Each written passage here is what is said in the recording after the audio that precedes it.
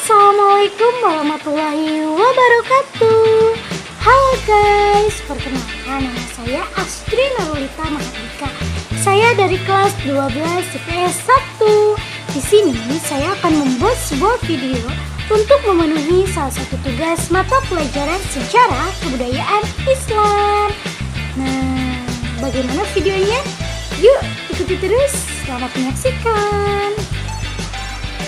Oke guys, di video kali ini kita akan membahas mengenai pejuang-pejuang Islam yang melakukan perlawanan terhadap penjajahan. Ada siapa saja sih guys? Nah, di sini saya akan membahas mengenai dua tokoh. Tokoh tersebut yang pertama ada Pangeran Diponegoro. Nah, Pangeran Diponegoro ini juga termasuk salah satu pahlawan nasional ya guys. Nah, Pangeran Diponegoro bernama asli Bendara Pangeran Harjadipannegara. Nah, dia termasuk salah satu anak dari Sultan Hamengkubuwono III, salah satu sultan dari Kesultanan Yogyakarta, dan dia otomatis lahirnya juga di Yogyakarta. Dia lahir di Yogyakarta pada 11 November 1785. Nah guys nih, sejak kecil dia tuh terkenal sangat religius sekali, sangat agamis sekali. Nah, dia itu sangat pandai sekali dalam hal keagamaan. Nah, dan dia juga sangat terkenal dengan kesalehannya. Nah, awal mula perlawanan dia terhadap penjajahan itu berawal ketika Belanda memasang kapal di tanah milik leluhurnya. Nah, kemudian dia merasa marah terhadap Belanda dan berinisiatif untuk melakukan perlawanan. Tapi sebenarnya sih guys, dia Pangeran Diponegoro udah sebel sih sama Belanda karena Belanda itu selalu melakukan pemerasan dengan pajaknya gitu, dan hingga pada akhirnya pecahlah perang antara Pangeran Diponegoro dengan Belanda.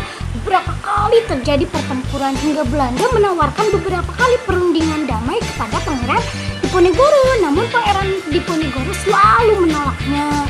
Nah, karena Pangeran Diponegoro selalu memenangkan setiap pertempuran yang terjadi dengan Belanda, hingga Belanda merasa terancam. Wah, Pangeran Diponegoro bisa mengancam saya nih, kedudukan saya nih di sini. Hingga Belanda mempunyai suatu siasat, mempunyai suatu strategi, hingga pada akhirnya dia mengajak kembali bertempur, dan disitulah pasukan Pangeran Diponegoro banyak sekali yang meninggal dan hampir terpukul mundur. Nah, hampir terpukul mundur itu kemudian Pangeran Diponegoro diajak kembali untuk berunding damai, hingga pada akhirnya karena Pangeran Diponegoro sedang merasa terdesak, dia kemudian mau untuk berunding damai dengan Belanda. Namun itu merupakan salah satu siasat Belanda.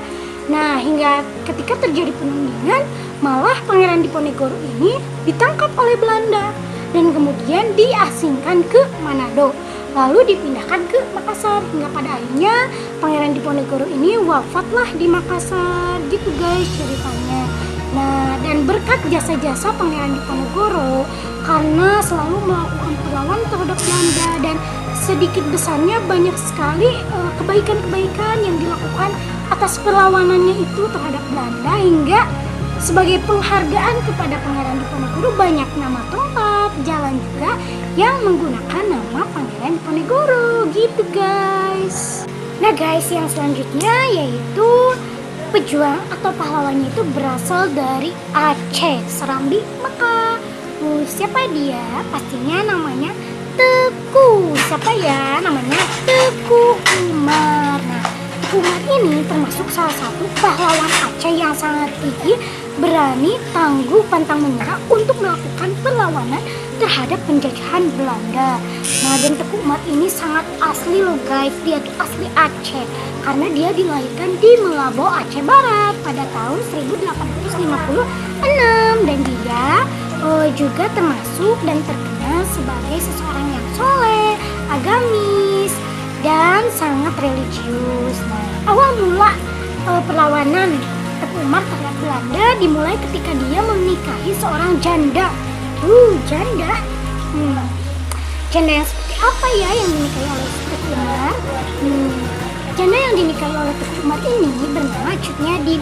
Kalau Cutnyadin ini sama-sama pahlawan ya guys. Dia adalah pahlawan wanita yang tangguh, yang gigih, berani. Nah, ketika kedua kepahlawanan ini disatukan, ada suatu siasat dan strategi. Mereka ingin menghancurkan, mengusir, dan melawan Belanda dari Indonesia kita tercinta ini. Dengan cara apa? Dengan cara dia ingin menghancurkan pos-pos Belanda satu persatu. Namun dia dengan strategi atau siasat. Dia tidak langsung melakukan pertempuran perlawanan, tetapi dia yang pertama dengan cara pura-pura ingin menjadi sekutu Belanda, ingin menjadi bawahan Belanda, pura-pura bersekutu dengan Belanda, hingga pada akhirnya singkat cerita Teku Umar ini dijadikan sebagai sosok kepercayaan Belanda dan dijadikan sebagai pimpinan militer Belanda. Hingga pada akhirnya pada suatu kesempatan Belanda berhasil menawan kapal Inggris. Dan namun kapal Inggris ini berhasil kabur. Namun setelah itu Belanda ingin kapal Inggris itu kembali. Nah, dan Belanda menugaskannya kepada Teku Umar. Teku Umar itu cerdik. Teku Umar, ya saya siap untuk mengembalikan kapal Inggris ini, asal saya dibekali dengan persenjataan yang lengkap, katanya. Nah, Belanda pun menyetujui karena dia sudah tertipu daya oleh Teku Umar dan dia sudah tidak menyangka bahwa Teku Umar ini akan berkhianat gitu. Hingga dia dibekalilah dengan beberapa senjata yang lengkap dan juga dibarengi dengan prajurit Belanda.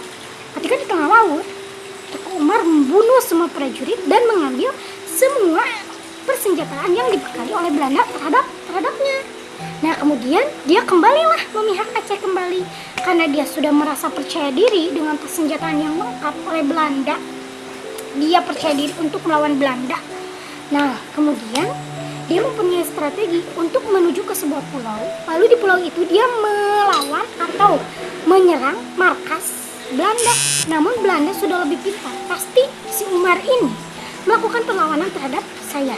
Dia lebih cerdik. Dia berada di seberang pulau yang akan dijadikan tempat penyerangan oleh Teku Umar. Yang kemudian Belanda berhasil menembak Teku Umar hingga peluru nancap di dada kirinya dan juga usus besarnya. Hingga pada akhirnya wafatlah Teku Umar, insya Allah dalam keadaan syuhada. Alhamdulillahirrahmanirrahim. Itu saja yang dapat saya sampaikan. Terima kasih atas segala perhatiannya. Mohon maaf apabila ada kata-kata yang kurang berkenan. Mohon dimaafkan ya guys. Terima kasih dan sampai ketemu di video selanjutnya.